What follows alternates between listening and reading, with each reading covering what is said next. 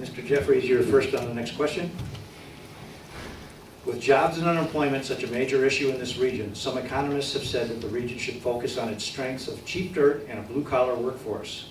Some have said we need to focus on high-tech, green, and health-related industries. What should the economic development focus be? That's our challenge, and that's why I'm running for office. Look, folks, San Diego is recruiting high-tech research and development companies. They are pursuing the upper end.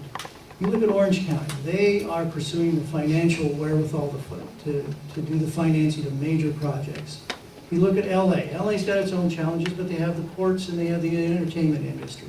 What does that leave for Riverside County? What are we going to be? Are we going to be a warehouse community, or can we be more than that? We had an opportunity to be the leader in clean energy with solar farms out in the Coachella Valley. The leader in the state in pursuing that, and the high-paying jobs that come with that, the construction jobs that come with that. But what happened?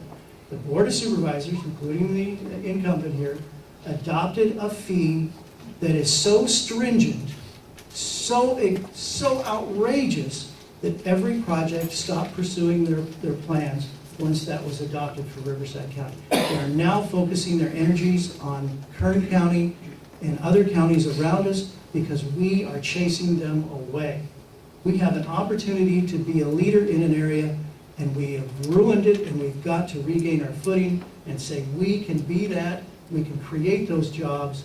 And the first thing I'm going to do when I get on the Board of Supervisors, besides changing the regulatory environment for small businesses, is to seek to repeal that fee where the Board of Supervisors has authorized $400,000 to fight a lawsuit over that.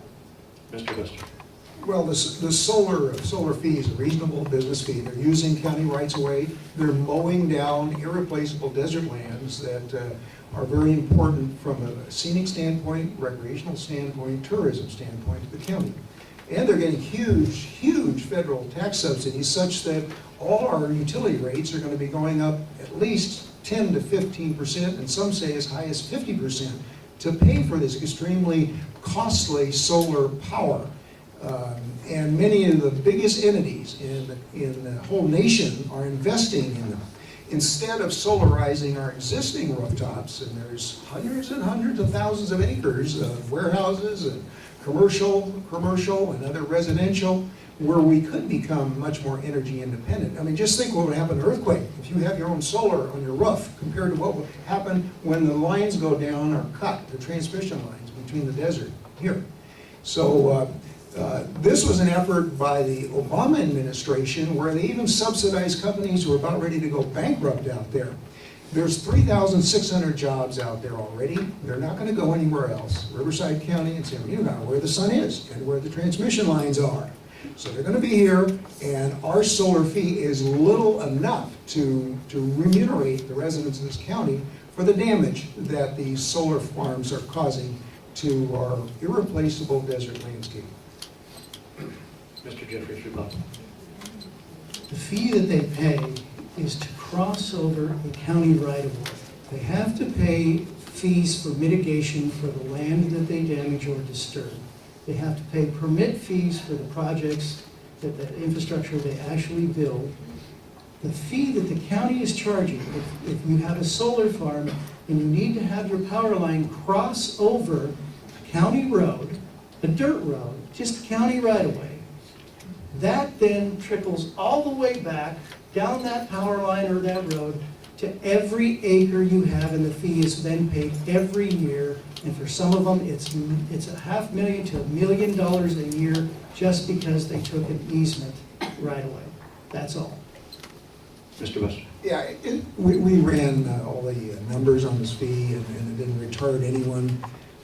There are also credits for the permanent job, both construction and permanent jobs they create, which can take this fee down to about 50%.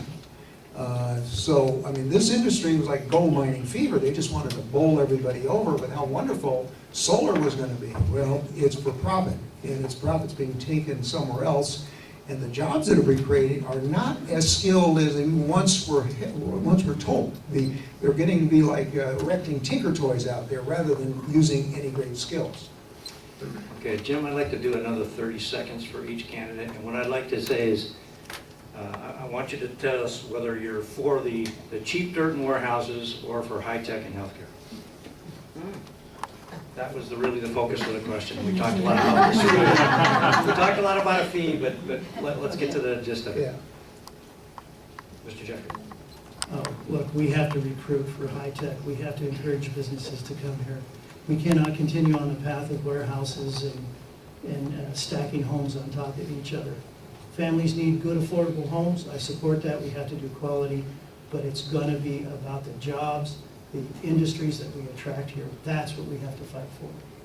Mr. Buster. Yeah, I think the county can act in very important ways to catalyze a change between low-skilled, working-class, solely construction economy to one that's more diverse and higher skilled.